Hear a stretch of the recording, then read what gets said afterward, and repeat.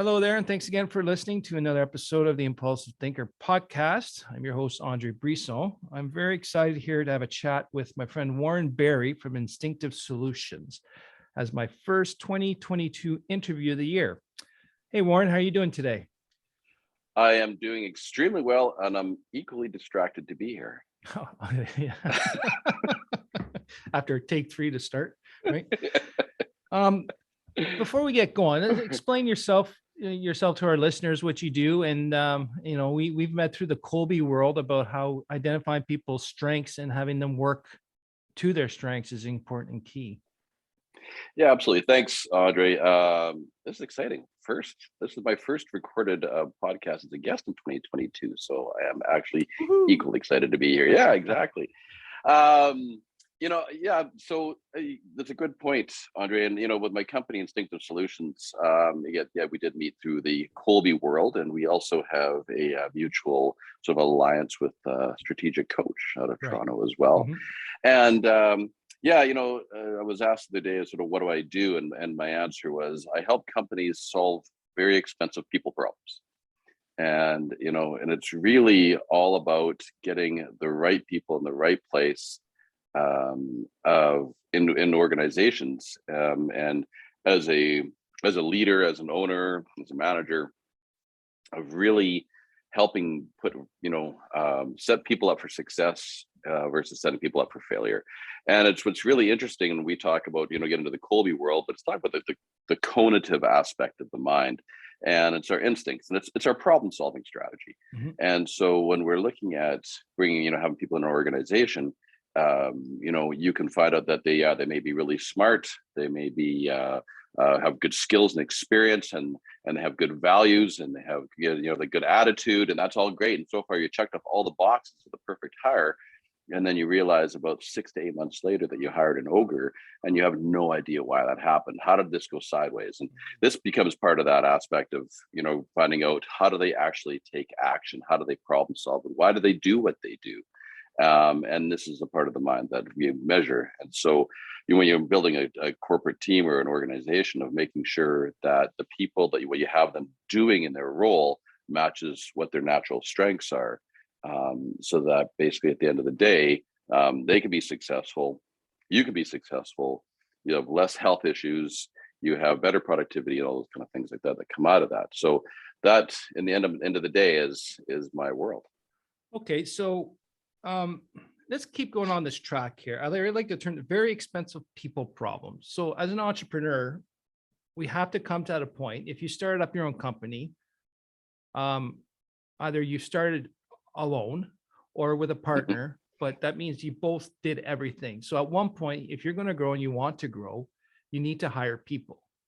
Mm-hmm. So if I'm here as, hey Warren, I want to hire my first person and I'm scared, I don't know what to do. And then I hear you say, try to avoid very expensive people problems. What examples are very expensive problems of people? Well, one of the things that you find out is, especially in, as an entrepreneur, is that, you have, no, I'm saying, I'm going to generalize this as it's typical, but typical like startups, right? Hey, I've got all these ideas. I'm a go-getter. I'm a rule breaker. I'm a nonconformist. I'm going to get out there and I'm going to make stuff happen, right? I'm going to drive my business. And so, which is great on the startup phase, whether it's yourself or a partner, right? Because you're both the same, mm-hmm. right? But you get to a point where that actually, that starts to fall off, because the fact is that things don't get completed, things get forgotten about, because you're so focused on the future and where we're going to go next, and we kind of forget about all the wake of mess we've left behind us. Yeah, so focused on the future and also overwhelmed because we're poor planners and doing everything at the last minute. Absolutely. It's exactly it. So, and this is a really typical model. I've seen it lots in my work, was where if I'm going to hire another person, right, to bring on, because we got all this work to do, I'm going to typically hire another person like me, because I like the way that I do things. I like the way, because I'm efficient and I'm productive. And I don't want anybody to get in my way, and which really, you just created yourself a problem. And so what you need is to find the person who is actually the strength offsets you. Now, at first, it may feel a little bit like there's pushback or somebody's trying to pump your brakes, which never typically feels good, but they're actually doing you a favor. And one of the things that's interesting, you talk about, the ADHD entrepreneur, is finding somebody that will stop you long enough to think. Oh, we got to repeat that. Is finding somebody that will stop you long enough to think. And at first it doesn't feel good because it's like, well, you're pumping my brakes. But actually what they're doing is they're actually stopping you to actually reflect, look, and go, oh, you know what? Maybe that it isn't such a good idea, or maybe I can need to rethink this, or maybe I need to rejig this, or whatever. But they can actually put things in your way a little bit, creating some obstacles, but they're obstacles for growth. So in the ADHD brain setting, what you're actually stating, that I think that's a really good strategy. But what, sorry, I used the but word. I'm not supposed to, according to my communication coach. But so having someone there to stop you long enough to think is actually what you're doing is delaying the action. So you get the impulsive thought, and since the prefrontal cortex doesn't say, hey, let's think about this a little bit, you act immediately. So what you're doing is, if you have that person say, whoa, let's give it some thought, then it actually gets you, the brain, to stop and say, hey, oh, wait a minute. Yeah, now it's time to think, because that's just the way the brain works. Impulse, act. But if we can delay that impulse, the time between impulse and act, then that gives time for the brain to catch up to start thinking about it. Correct. Yeah. Yeah, it's adding that buffer in there, and you're exactly right. So when it comes from from instinct, which is subconscious, into your conscious mind, or your prefrontal cortex, there's I have an idea or a thought or something, and I immediately, with the ADHD mind, right, I move it directly to action. But when you have that buffer in between, which kind of almost like it's almost like a check stop, right? Yeah, it's a delay tactic. It's almost delay tactic, yeah. But then it's that short gap of time to reflect and say, is this a good idea, or do I need to do this? And it may be a yes, or maybe a no. Or yes, but when? Or yes, but when? Yes, but when? Right. And so that's one of the things. I do have an idea book that I have, where I can take those ideas, and even if I can't act on them now, which obviously I want to, but I have a place to store them. Right. And that's key to that. We know that it's stored and I can go back to it later. Right. Right. And that's one of the things I've always done, is that's why I got logbooks in different books and different places digitally to drop ideas. Because if I can't drop it, it stays in my mind. Correct. Keeps my mental capacity overburdened, and my short work-term memory is not working well. But at the same time, the ADHD brain is interesting. We don't want to lose anything, because we may use something. So as long as I know I can find it later, I can get rid of it. And you know what? 99% of that stuff, I'll never look at it again. But my brain is satisfied that I know I can find it. I got stuff from, 20 years ago. I never know. And just in case, right? Look at my workshop. I got little brackets from the oven. We just bought an oven. We were that anti-rocking bracket. I know I can make use of this somehow. So it's in a junk bin. Right. It's just, I go to there every once in a while if I need something that doesn't look pretty, that works. My wife goes through, why do you need all this crap? Right. You never know. I've had stuff for 20, 25 years in that bin, but you never know. Absolutely. So, I mean, it's a treasure chest. It really is. That's a good word. Treasure chest. It is. I got to use that. It is. Stay out of my treasure chest. Treasure chest. That's right. So you can play pirate, but it's true, and I look at, and I do the exact same thing, Audrey. So it's like, I was in my shop, and I'm grabbing, like, oh, what did I have this for? Or I gotta MacGyver this. Oh, yes. You know what? I remember that thing that I had, right? And of course, where did I leave it? I left it in an, I left it in the treasure chest. So there's multiple of them. But then I go grab it, right? And then I can use it again. So, and I think it's the same for information. I think it's the same for ideas, right? You have an idea treasure chest, right? You may never go back and grab them, but the time that you do, you go, oh, that's right, I remember that. Yeah. Right. And you bring it back into today again. Yeah. And so there's the value. And one of the things, I'm going to flip this a little bit, but we talked about this earlier, Andre. I think this is a good time for this. I feel like I'm being the interviewer here. But I was saying that, the ADHD brain, in my opinion, I'll get your thoughts on this, obviously, it's a blessing and a curse. Right. And we talked about, I think there's huge value in being a nonconformist and a rule breaker. Right. But in my opinion, that doesn't seem to get acknowledged, appreciated, respected, because you're always, it's like you're causing trouble. Mm-hmm. Yet I think the ADHD brain Mm-hmm. is a nonconformist and a rule breaker. So how does that cause people problems? Expensive, like what you just said, I think is another episode that we're going to talk about for sure. But how would that also create people problems, expensive ones? Because I think you're right. Yeah. And I think that they cause expensive people problems because if you have somebody like yourself or myself, or put anybody in that role, and you say, geez, this person, I'm going to sound redundant here a little bit, but this person, geez, they got all this great experience and they're a good human being, and boy, they sure are smart, and they seem to have a lot of energy, and they really fit our corporate values, right? And you think like, hey, we want this perfect, and they're a go-getter, right? And then you put them in, and then they disrupt, right? And they go and disrupt, and they apparently cause problems, which really aren't such. But eventually what happens, they come in and disrupt, and they break the rules, and they nonconformist, and they shortcut things and whatever else. If that's not appreciated, then then the owner or entrepreneur or the manager is like, they drive me crazy, right? So now when they drive me crazy, now we just need that to go away because it doesn't fit in my world. So then what happens is you've hired this person, you've trained them, you've put all this energy into them, and eventually found out that that's not a fit. So two sides to this, come back to the expensive people problem, is number one, you're the one who put them there as the manager or owner or entrepreneur. You set them up, right? And then turn around and said, now it's their problem.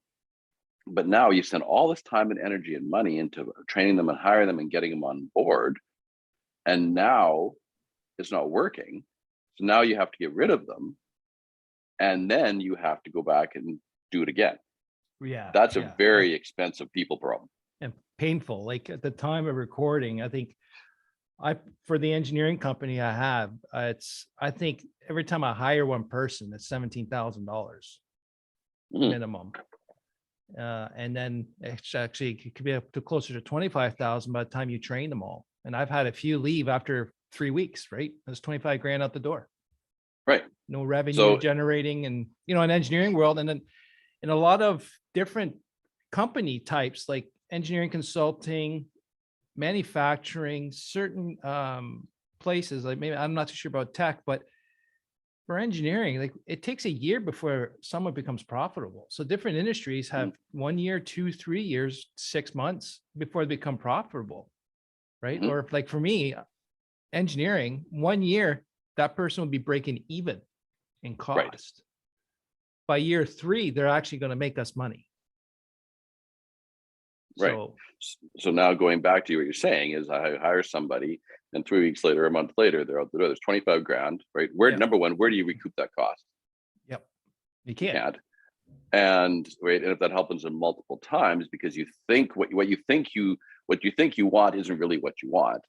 So don't believe everything you think. But if you keep doing that multiple times, as you're saying, it takes a year, 2, 3 before it become profitable. If we're setting these people up or hiring the wrong people because what you think you need, does that become a very expensive people problem? Right. And we're looking at disengagement for people being disengaged. If we set them up and they start pulling away or pulling back, they're saying that according to Gallup, right, it's 34% of your bottom line is the cost of people being disengaged in the workforce. Right. Yeah. 34% of your bottom line. That's big, right? 34% of your bottom line. Bottom line. Wow. Yeah, that's the cost. So that should make you sort of sit up and say hello. But why don't we? Well, honestly, that number's been around. That's been bounced around a lot of times. Everyone sees it, everyone reads it, but they still go back. Like you said something here. What you think is not what you want. Is that what you said? That's exactly what I said. Okay. Well, I got my work memory. I actually worked on that one. I need you to explain that more, because when you said that, I'm going, that's crap. Well, maybe not. So can I just give you a sort of real life example of yes. This is perfect. The ADHD brain loves real life examples that we can apply. So I'm working with a CEO out of Ottawa, actually. So he's a Tech Canada member, and so he was saying about, he knows, so talking about going back to the Colby world, he knows his MO, and he is very entrepreneurially minded for sure as a CEO. And so then he was thinking about, so he's trying to hire a COO. That's the role he's hiring. And so he's hiring the COO. So he says, well, I don't need somebody like me, because I've already got me. So he was smart. It was funny. He's kind of smart enough to know that it's like, I need somebody to offset me as a COO. And so we started having the conversation, and I said, well, what is it that you really need? Like, where do you want the company to go? What's going on? And we sort of dug deep into it, into the strategy.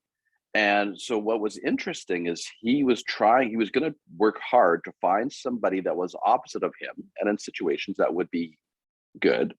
But when we had the conversation, we found out we needed somebody as a COO to actually go out and motivate and inspire and engage and drive the internal customer, which was the staff, not the external customer, the internal customer.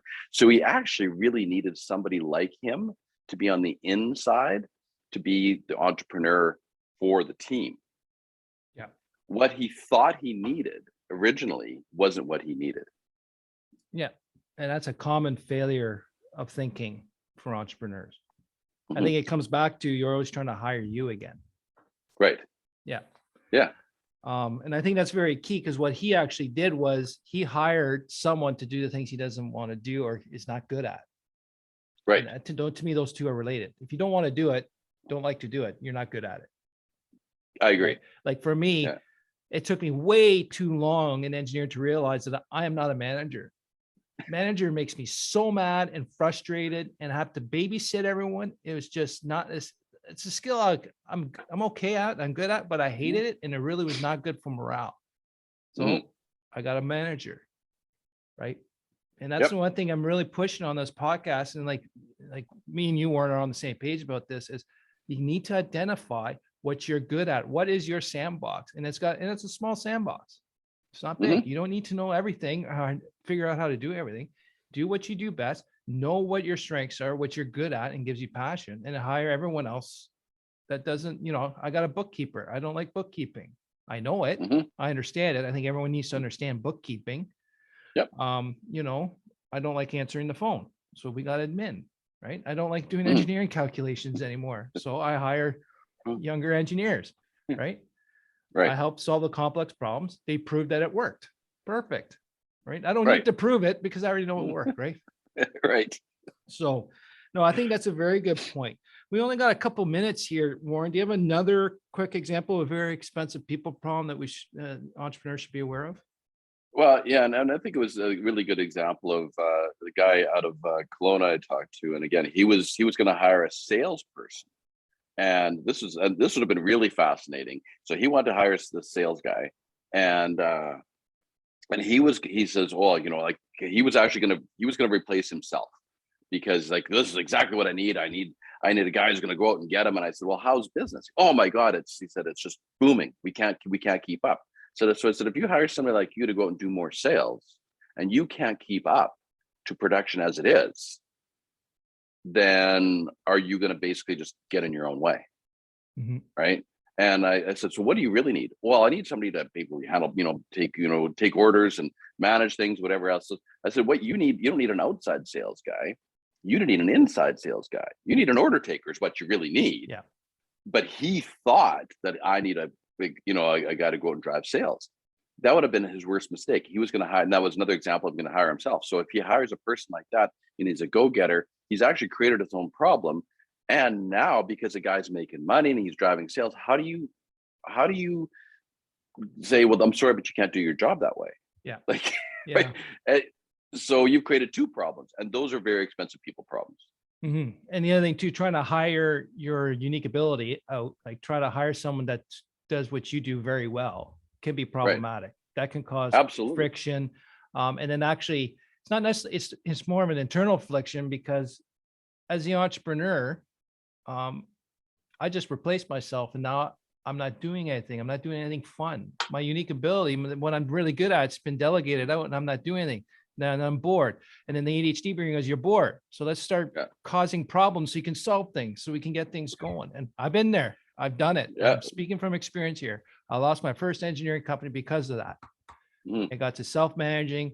I delegated out what things I was really good at, because I thought that's what was best to do. That was best, what the next stage I was supposed to do. But then I was creating fires all over the place, lost staff, lost clients, fired clients. Just it became a shit show. It was not good. Been there, done that. Yeah. Right. And that's what I was saying earlier is, like there's two things to that. It's like, number one is don't believe everything you think. And number two is having that other person around you to stop you long enough to think, I think has value, because it puts things into perspective sometimes, where you can actually, stop, reflect, review, and then move from there. Right. So it's not always impulsively action. Right. So don't believe everything you think. Having that someone to stop you long enough to think is key. Right. So that's one. Try not to hire yourself or hire you again. That's an expensive one. And trying to hire people, and then the wrong people, and it's your fault. You put them in a situation that they will fail. There's nothing to come out of it, and to blame them is not fair. And that was a big turning point for me too, when I realized that every time I had to fire a staff, it was because I screwed up by hiring them. They didn't fail. I failed. I caused them to fail. I put them in a losing situation right from the beginning, and that's not fair. And then the last one I think is very key, everyone needs to make sure of, is where's that note? I like what you think is not what you want. And then with the whole disengagement, don't hire to replace yourself, to replace your strengths. Don't believe everything you think is key. But trying to hire yourself is the first mistake every entrepreneur does. And assuming you can find another you to do everything you can do does not work. I've done it. Many people have done it, and it sets that hiree situation to fail. They will fail every time, and that's not fair for them. So really what you're also saying is your very expensive people problems all start with you, the entrepreneur who's hiring. Correct. It all starts with you. Right. So I started the company. I'm the reason for the company. And all these people problems are all because of me, because I started the company and hired these people. Because what I think is not what I want. Right. Wow. So that's a good stop to stop. What are you going to say? I know I said that, but it's taking ownership, and really understanding that whole piece, I think, is really powerful. Right. Is to stop and look and say, how am I going to set these people up for success? And am I doing it the correct way? Right. How am I going to make this work? Because ultimately you want to be happy. You want them to be happy. And it's not just about happiness, but that spreads out into profitability and all those things. Oh yeah. Very much so. But you have to stop. You have to take ownership and say, I'm responsible. And then go from there. And I think the only way we can do that, Warren, is as the entrepreneur, you need to sit down and really look at yourself, understand your strengths, understand your weaknesses, understand how you impress people, how you frustrate people, how you work in general, and try to stay on that. And that's not an easy, I'll just take a course here, read a book there. It takes some severe true, like I call it the mirror check. Look at yourself in the mirror. And if you can say you're really bad at this, and how do you overcome that? Should I hire someone? It comes down to the entrepreneur, and how more real you are with yourself is the only way you can transform to have a very successful business and have very successful, well, actually you can have successful business with pissy, upset staff, but I think most of us don't want that. We want people engaged and to help grow, right? I think that's key. Right. Yeah. And I think that's what I said earlier about that. That's that ownership piece. I'm going to look in the mirror and I'm going to take ownership. Right. And until, it's being totally 100% responsible. If I'm responsible, I'm responsible. Yes. Right. Very good. Responsible and ownership. Yep. Thanks, Warren. Fantastic conversation. Where can anyone find you guys? I think what you do provide to a company for this type of service to understand, you don't even only work with the entrepreneur CEO, but you can work with the team to make sure the team communicates effectively and works together well, and identifying staff strengths is an important key for entrepreneurs. So where can we find you, Warren? So my email address is Warren, WARREN, at instinctivesolutions.ca. And the other way to find me is on my website, which is instinctivesolutions.ca. And I'm on LinkedIn and Facebook as well. Do not find me on Twitter or Instagram. Although it's very rapid pace. I've only got so much mental capacity. And we could also find you with a podcast called Bettering the Pond. Yes, the Better the Pond Pondcast, the world's only Pondcast. Yeah, I'm going to have all those links in the show notes for everyone too, but I would definitely recommend you listen to his Pondcast. Because one, I was a guest, but at the same time, he talks to a lot of very interesting people on how to fix and deal with very expensive people problems. Thanks, Warren. I appreciate your time, and we'll talk to you soon. Sounds great. I appreciate it. And to you, the listener, thank you very much for listening. I just want to let you know again that this episode this podcast is sponsored by CADAC, the Center of ADHD Awareness of Canada. And I want to thank you everyone for listening, and we'll talk to you soon. Bye now.